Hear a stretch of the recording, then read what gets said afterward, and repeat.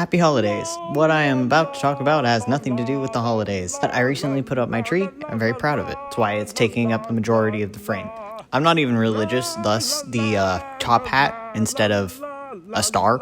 Anyways, what we're talking about today is internet drama, but it's wholesome internet drama, so it's not even drama. My phone died. It's basically like a side quest in like the internet's overall lore. Not even like the whole internet, just art TikTok. Not even art TikTok, it's like anime art TikTok. Anyways, it's going to be completely irrelevant in like 2 minutes, so I don't feel bad dating this video by having a beautiful holiday tree in it. Okay, now I have eyes. I can see that whenever I was recording, my camera was absolute shit. I thought I was being really smart, and I was trying to fix the not having a microphone issue by using my phone, but then that meant that I didn't have a camera. So I was like, hey, my iPad has a camera, not knowing that my iPad's camera is kind of ass. Instead of refilming it, I'm just going to kind of lean into it and say that it's like that old video recorder from like the 90s, kind of vintage Christmas aesthetic. We'll just go with that. So on the agenda today is a very heartwarming story, something that is very hard to come by nowadays, especially since we are currently experiencing season 1's dramatic finale of the 4-season series that is America's demise. Fortunately, my childhood made me very good at being able to delusionally dissociate from traumatic situations. So I have been blissfully following this story. If you're a survivor of anime TikTok, then this photo has probably graced your greasy phone screen. It's a drawing by SpaceDev1 that was posted on their Reddit page. Now, I've never really been on Reddit except to like occasionally steal homework answers when my art history professor was too lazy to like come up with their own questions for quizzes, and they just used the textbook questions. So I'd go on there looking to see if other people had asked the same question as me from that textbook and had answers. Don't do that. They're wrong like 80% of the time. I first saw it on TikTok. That's where I spend the majority of my time as of late because I am currently unmedicated, and that app is the only stimulation that my brain gets to avoid seasonal depression currently. I turned off my screen time tracker because I am ashamed. Anyways, this masterpiece was captioned, "I practiced drawing faces in a different angle, but it looks kind of weird. LOL." And honestly, just a really endearing post. At some point in your artistic career, everybody has a post exactly like this. But for whatever reason, the internet gods, they looked down upon Reddit and they selected this post and blessed it with virality. We got to the point where the voice actor of Frieren, the character that is drawn here, changed this photo to her profile picture. So many artists kind of took this challenge and ran with it. This is what makes it heartwarming and why I love the art community so much. When I say they treated it like a challenge, I don't mean it in a derogatory way. I don't mean it in a like, LOL, you suck, I can do so much better, look, I fixed it, I'm the greatest artist ever. Instead, people looked at this and were like, hey, that's a really difficult angle to draw from, and a fantastic exercise. I also want to do this exercise. It is a really, really smart thing as an artist to look at that and be like, hey, I need to better my skills. I can constantly be improving. Let me do this as well. And then just everybody was kind of learning together. It was like a massive illustrative anatomy class, which, come to think of it, I'm sure some chronically online professors did make this assignment. If you are an art student and you had this as an assignment, comment down below. Something that I was consistently told in art school was that you need to document everything. And the reason is for this is because you are always growing as an artist. Cool thing about physical art is that you can only get better by physically doing it. All artists have to start somewhere. It's like that saying, you can only be good at something by being bad at it. Is that the saying? I don't remember. You have to start somewhere. Like, you're not coming out of the womb making MC Escher-ass perspective stares. At some point in your life, every single artist is going to have a piece that looks like this. That's not a bad thing. You have to train your hand to manipulate the media correctly, to learn the correct weight and gesture of each line that you create. But also training your brain to be able to recognize what makes a piece of art look natural, to look at a work and know exactly what to alter in order to achieve your end goal. But along that journey, you have to be able to laugh at yourself. If you're too hard on yourself, especially in the beginning where you are going to be bad, it's really easy to be disheartened, to look at your peers, to look at the people that you look up to and be like, shit, well, I'll never be that good. I might as well just throw in the towel right now before I spend like $50 million on art supplies. But if you quit then, how are you going to reach the end goal? How are you going to get better if you aren't actively going anywhere? It's like crying about not getting a good score on a test that you didn't study for and instead went to Reddit to get answers. A better comparison is dreaming of being on a sports team, but not being willing to be on the JV team. You have to start at JV because there's going to be people on that team who have trained longer than you. It's a very painstaking process, and I'll admit it is really easy to get disheartened. I still get disheartened making my artwork if I compare myself to others a bit too much, or if I stare at it too long, honestly. But this is why documentation is so important. It's a way that you can look back on your work and be like, wow, this sucks. But then being able to reflect and be like, wow, I've really come a long way. Again, in order to be good at something, you have to first be bad. This is Dr. Pepper.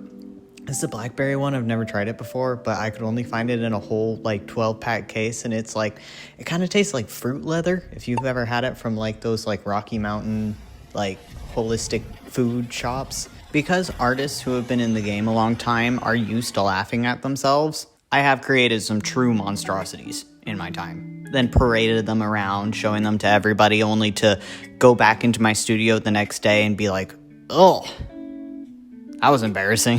Anyways, because laughing at ourselves is such an important part of the artistic process, artists tend not to take things super seriously. And thus, Frieren became a truly beautiful meme. As the art community came together to learn this tricky atomic exercise... Atomic? I'm gonna scratch that sentence. As the art community came together to learn this tricky exercise, others were able to be vulnerable and lighthearted as they collectively acknowledged how fucking frustrating faces are to draw. In a place as toxic and fake as the online space is, it is truly refreshing to see. Even Space Dev 1, the original artist, posted a thank you saying how they didn't intend on this becoming a meme, and they just thought it looked silly. I didn't even know that drawing would touch that many people's soul. Thank you. That's the really cool part. Art is something that is just so human and pure. It's the one universal language that has been used since the beginning of mankind recording itself. And creating it makes me want to rip my skin off of my bones every time.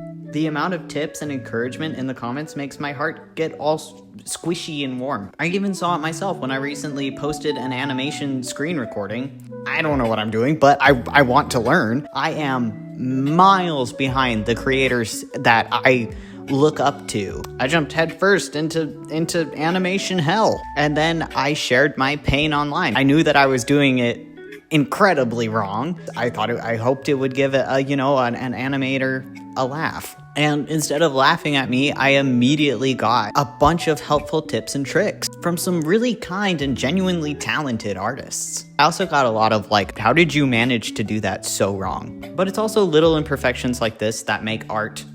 I really don't know if I like the taste of this or not. It's upsetting me that I don't know. I've already drank 5 out of the 12 of them, so I'm in too deep at this point. I wonder if it would taste good with ice cream. AI wishes that it could have the impact, but that's the thing, it never will. It's literally impossible. When AI art first popped onto the scene, artists made fun of it. And then it got good, and people started labeling themselves as AI artists. You know what? Artists are still fucking making fun of it. Because no matter how good AI thinks that it is, it can never be defined as fine art. Because artwork needs to have a human element to it. It's like having a home-baked apple pie versus having a PDF of an apple pie. And the reaction to this simple little drawing done by just some random Redditor is all the proof that we'll ever need that this is true. The image also being of a character from Frieren unintentionally adds another layer to this conversation. This is a story about the beauty of relationships and the loss that comes with them. It teaches you to cherish every moment with your loved ones. It's about leaving your boring life and exploring more possibilities and adventures. And this being told in an anime and in the manga is a truly unique way to tell the story, because artists can invoke emotion not just from the storytelling, but by pairing an emotional tale with equally gut-wrenchingly beautiful art styles. Now, I do want to try my hand at drawing from this angle.